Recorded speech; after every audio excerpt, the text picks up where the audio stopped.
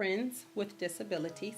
It's a 501c3 nonprofit organization, a community benefit organization. So we work out in the community. We're headquartered in Kalamazoo. We service Metro Detroit area, the Kalamazoo area, and pretty soon we'll be into the Lansing area. We have approximately 10 people that's part of our team. Myself, who uses a CNI dog, a person who is in a wheelchair, a person who uses a white cane, a person who's hearing impaired, and our very own walking testimony young man. He was completely sighted, then he was blind, completely blind for 7 straight years, and 4 years ago he opened up his eyes and his sight returned.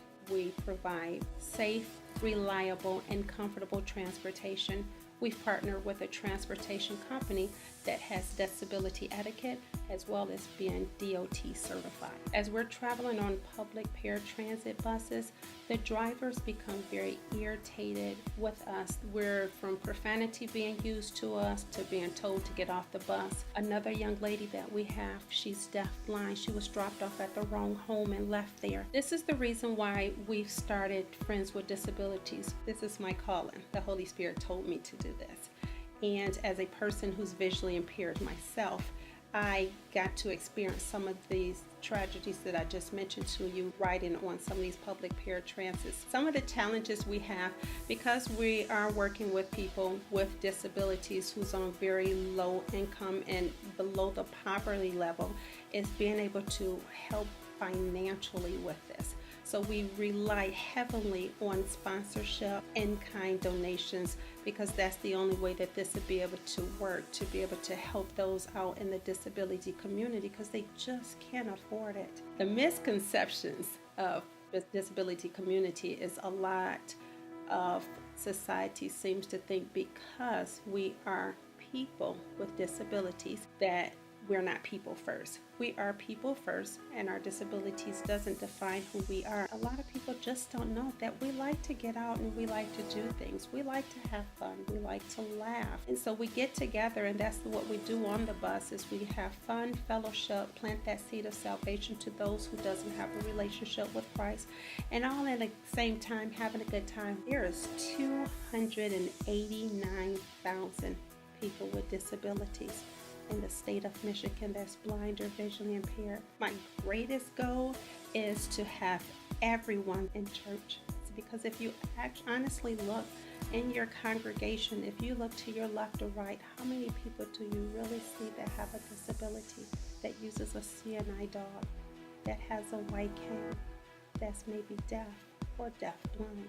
How many people do you really see? So we need to be out in the Word, listening, receiving that seed of salvation, having that seed of salvation planted, and just someone to say, hey, how can I help you? After all, even Jesus asked the blind man, what is it that I can do for you? So my testimony started here in November 2005. I was working here as well as worshiping here. I was behind the pulpit doing the makeup for a Christmas production here at the TAB. And I immediately ran from behind the pulpit, wanted to go to the sanctuary to get my seat. And I got to the sanctuary doors, and instantly I stopped. Like I ran into a wall.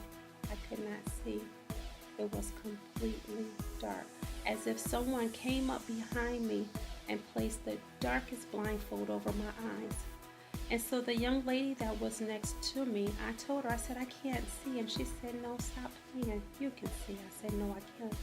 As I looked into the sanctuary, standing there in the middle doors, right here in the sanctuary, I couldn't see anything to get to my seat.